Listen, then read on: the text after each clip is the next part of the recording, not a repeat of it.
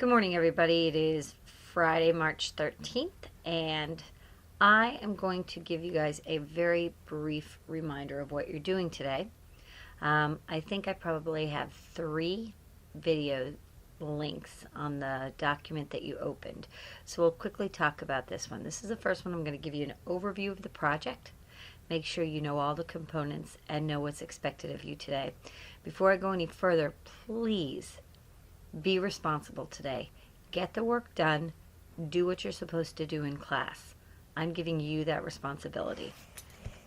Okay, so we've got my mini research project and presentation.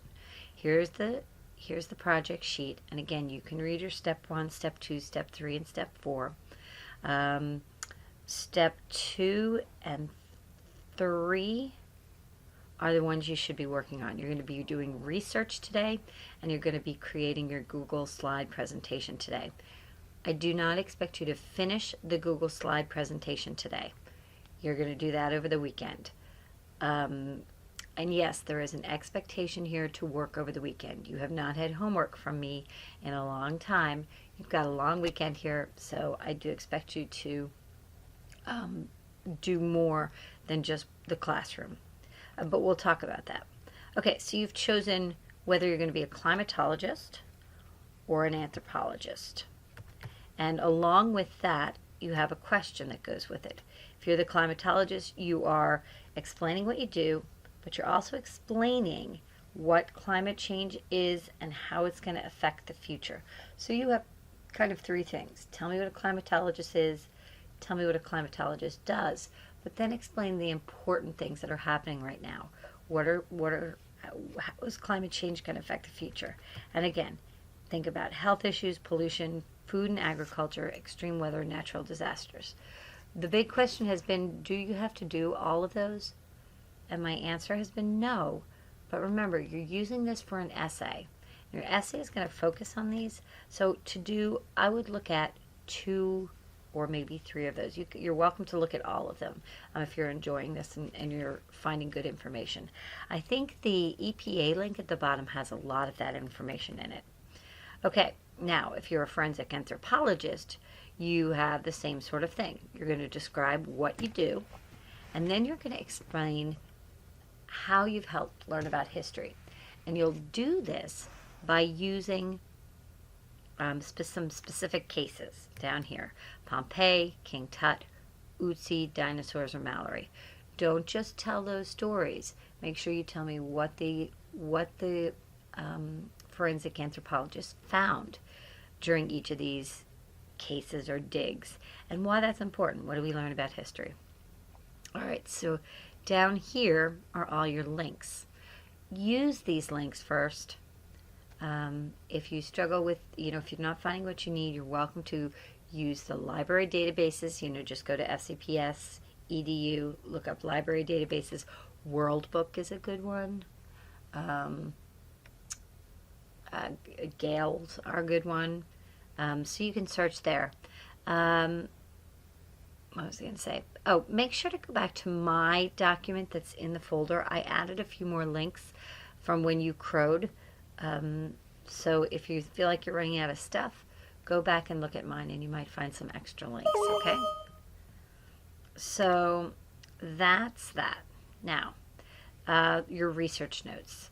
I stole these from somebody. I think I know who, but we're not going to worry about who right now. But they looked really good at the end of class. So I wanted to show you a couple of things. This shows really well what they're supposed to look at. I actually I used the first row up here to name the website and put the link. I know some of you were having some trouble with this. It takes a little bit of getting used to. I'll show you a little bit. But let me explain the document first.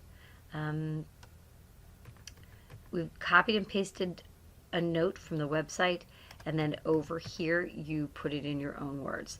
This column doesn't really have to be used. It's extra. If there's something that you want to put in there, put it in there. But I saw a few that looked really good and they had notes about what this meant or where they found it, but you don't have to use that. So again, you copy and paste from the website and then you put it in your own words. You're paraphrasing. hopefully the sub has put on the table the pink sheets that give you some of those paraphrasing tips that we did with Miss McKnight. If you haven't seen it, ask the sub. They're pink, they're half a sheet.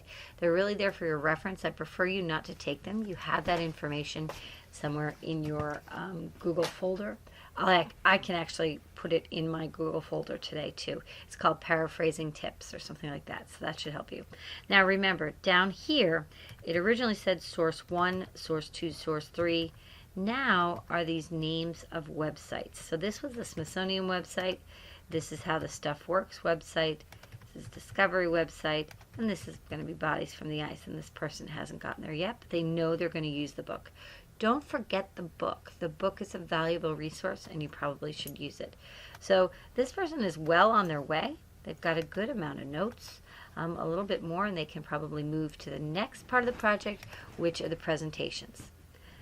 And you guys asked me to create a framework, just kind of a model, which I did. You do not have to use this. This is a really boring one. If you just do this, you're not doing so hot. You should put a background in there, put good pictures in there. You could see what topics I used and then start from scratch. But I know that some people really did want just a basic something to start with, okay? So my life as a climatologist, my life as a forensic anthropologist. And there's one for each here. I'll go through this one, which is climatologist.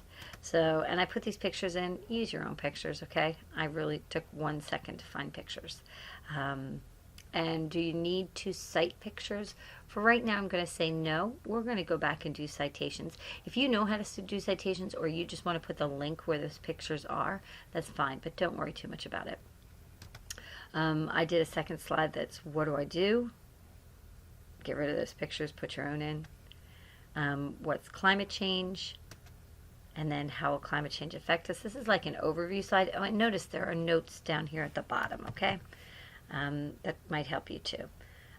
So this is like an overview slide, health, pollution, food and agriculture, and extreme weather. And then I do one slide for each of these.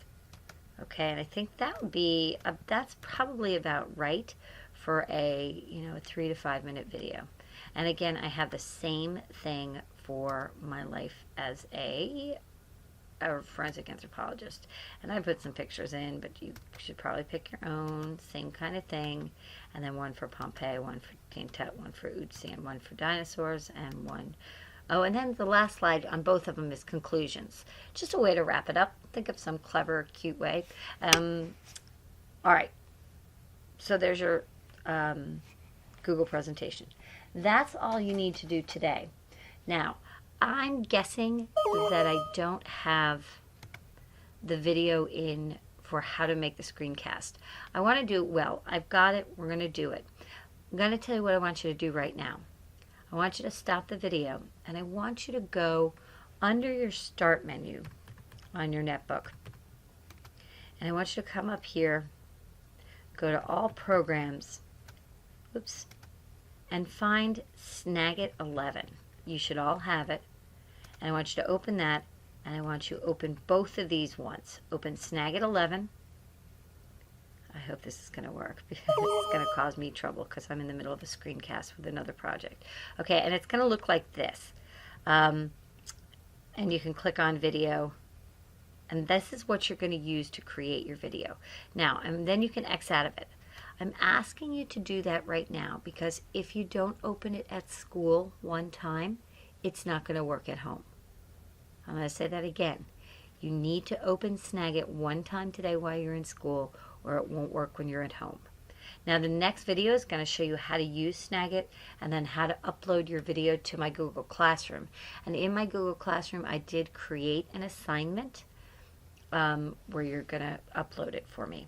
Okay, so that's all. Get to work now. I've talked too much already. Focus on your research and your Google Slides. And then I'll do the second video on how to take this now and create your video, your screencast, okay? Be creative, have fun. This is supposed to be an enjoyable project, and be good today while I'm gone. Thanks.